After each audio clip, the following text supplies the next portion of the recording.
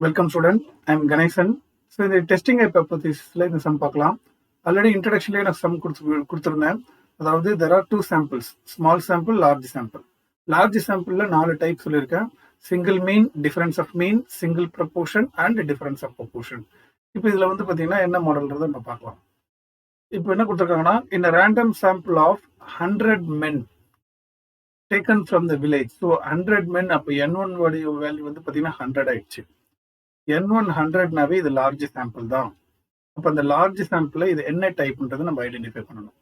சரி, 100 men taken from the village A, 60 were found to be consuming alcohol. So அதில் 60 பேர் வந்து alcohol எடுத்துக்கிறாங்க.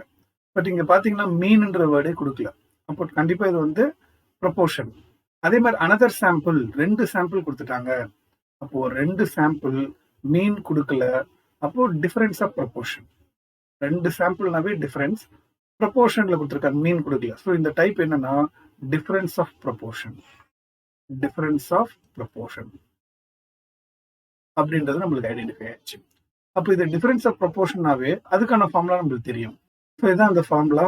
Z equal to P1 minus P2, small P1 minus small P2 divided by root of PQ into 1/n1 plus 1/n2. அதில் இந்த P கண்டுபிடிக்கிறதுக்கான formula இது, அதுல இருந்து Q கண்டுபிடிக்கிறது. சரி, இப்போ நம்ம என்னென்ன டேட்டாஸ் கொடுத்துருக்காங்கன்றதை அப்படியே எடுத்து எழுதலாம். N1, ஸோ 100 ஃபர்ஸ்ட் சாம்பிள்ல இருக்கிற N1ல 100ல 60 பேர் வந்து ஆல்கஹால் எடுத்துக்கிறாங்க. அப்போ அதுல இருந்து நம்ம என்ன பண்ணலாம்னா P1ஓட வேல்யூ கண்டுபிடிக்கலாம். 60/100. 60/100 அது அப்படியே நம்ம கால்குலேட்டர் யூஸ் பண்ணோம்னா இது வந்து 0.6. நார்மலாவே பார்த்தீங்கன்னாவே இது 0.6 டைரக்டாவே எழுதிடலாம்.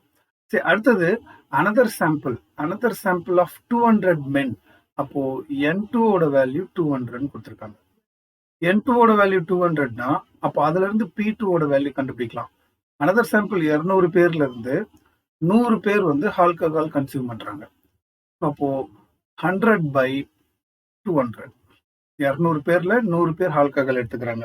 ஸோ இது கால்குலேட்டர்ல போட்டோம்னா உங்களுக்கு இது வந்து 0.5 அப்படின்னு வந்துடும்.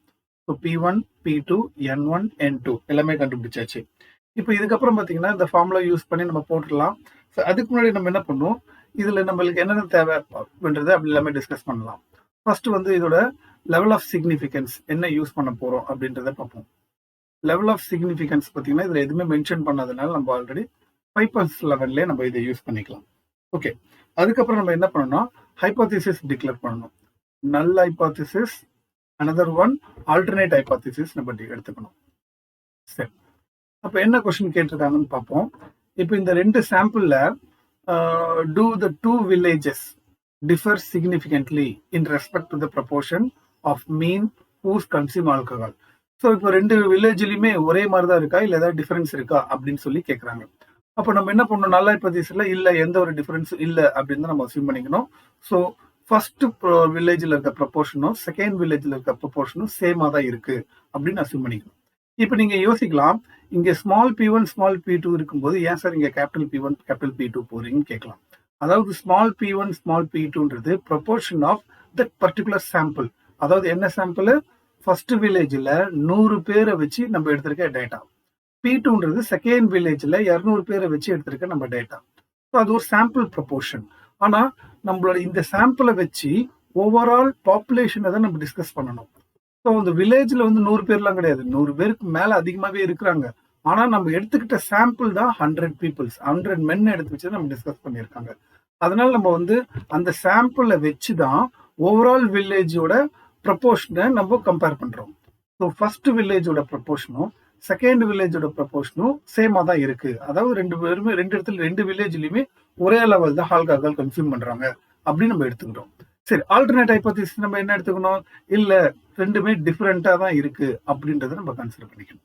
சரி, once P1 is not equal to P2 நம்மளுக்கு தெரிஞ்சிச்சுனாவே இமீடியட்டா இது வந்து என்னது, 2 டைல்டு டெஸ்ட் நம்மளுக்கு தெரிஞ்சு போயிடும். 2 டைல்டு டெஸ்ட். இது 2 டைல்டு டெஸ்ட்னு தெரிஞ்சோடனே அதுக்கான டேபிள் நம்ம என்னன்னா, இதான் அந்த டேபிள். ஸோ 2 டைல்டு டெஸ்ட்னா இது, அதுல 5% லெவல் நம்ம பார்க்க போறோம். 5% லெவல் 1.96. சரி, 1 இது எல்லாமே தெரிஞ்சிச்சுனால நம்ம என்ன பண்ணலாம், Z-ஓட ஃபார்முலா சப்ஸ்டியூட் பண்ணணும். ஸோ Z-ஓட ஃபார்முலாவை சப்ஸ்டியூட் பண்ணோம்னா first small p small q தெரியணும். ஏன்னா ஆல்ரெடி P1 P2 நம்ம கண்டுபிடிச்சாச்சு. ஸோ ஸ்மால் பிக்கான இந்த ஃபார்முலாவில் கொண்டு வந்து எல்லாத்தையும் சப்ஸ்டிட் பண்ணி கண்டுபிடிக்கலாம். சரி, ஃபர்ஸ்ட் நான் ஸ்மால் பியை கண்டுபிடிக்க போகிறேன். ஸோ ஸ்மால் பிக்கான formula n1 p1 plus n2 p2 divided by n1 plus n2. So இதில் வந்து நம்ம எல்லா வேல்யூவும் நம்ம சப்ஸ்டிட் பண்ணிக்கலாம். ஸோ எல்லா வேல்யூ சப்ஸ்டிட் பண்ணிட்ட பாருங்க, n1 p1 n2 p2 by n1 plus n2 substitute பண்ணிட்டேன். இது அப்படியே நீங்கள் கேல்குலேட்டரில் போட்டு சால்வ் பண்ணி பார்த்தீங்கன்னா உங்களுக்கு 0.533 அப்படின்னு கிடைக்கும். அதுதான் ஸ்மால் பியோட வேல்யூ. ஆனால் நம்மளுக்கு என்ன தேவை, ஸ்மால் கியூவும் தேவை. ஸ்மால் கியூக்கு வந்து 1 மைனஸ் பி, அதுதான் ஃபார்முலா. ஸோ 1 மைனஸ் 0.533 அப்படின்னு போட்டு கேல்குலேட்டரில் சிம்பிளிஃபை பண்ணிங்கன்னா 0.467 அப்படின்னு கிடைக்கும். ஸோ ஸ்மால் பி தெரிஞ்சு போயிடுச்சு, ஸ்மால் கியூ தெரியும், n1 தெரியும், n2 தெரியும், p1 தெரியும், p2 தெரியும். ஸோ எல்லாத்தையுமே கொண்டு போயிட்டு நம்ம இந்த z-க்கான மெயின் ஃபார்முலாவில் சப்ஸ்டிட் பண்ண போகிறோம். ஸோ z-க்கான main formula p1 minus p2 divided by root of pq into 1 by n1 plus 1 by n2. So இதில் வந்து நான் எல்லா வேல்யூமே சப்ஸ்டிட் பண்ண போகிறேன். ஸோ இது பார்த்தீங்கன்னா இந்த ஃபார்முலாவில் p1 minus p2 divided by pq into 1 by n1 plus 1 by n2 எல்லா வேல்யூ சப்ஸ்டிட் பண்ணிட்டேன். ஸோ நியூமரேட்டரில் இதை சப்ராக்ட் பண்ணிங்கன்னா 0.1 வரும். So divided by root of, இது அப்படியே பொறுமையாக கேல்குலேட்டரில் போட்டு ஒர்க் அவுட் பண்ணி பாருங்கள். 1 பை 1 போட்டு ஒர்க் அவுட் பண்ணிங்கன்னா உங்களுக்கு 0.0037 அப்படின்னு கிடைக்கும். ஸோ அகைன் இதை திருப்பியும் கேல்குலேட்டரில் ஒர்க் அவுட் பண்ணி சிம்பிளிஃபை பண்ணிங்கன்னா உங்களுக்கு கிடைக்கிற வேல்யூ 1.644 அப்படின்னு கிடைக்கும். இப்போ இது பார்த்தீங்கன்னா டேபிள் வேல்யூ, ஆல்ரெடி நான் டேபிள் வேல்யூ என்ன சொல்லியிருக்கேன், 1.96ன்னு சொல்லியிருக்கேன். ஸோ 1.96ஐ விட இது கம்மியாக இருக்கு பாருங்க. ஸோ 1.96ஐ விட இது கம்மியாக இருக்கனால we accept the null hypothesis. Therefore we accept the null hypothesis H0. அவ்வளோதான் இந்த சம்மோட ஆன்சர்.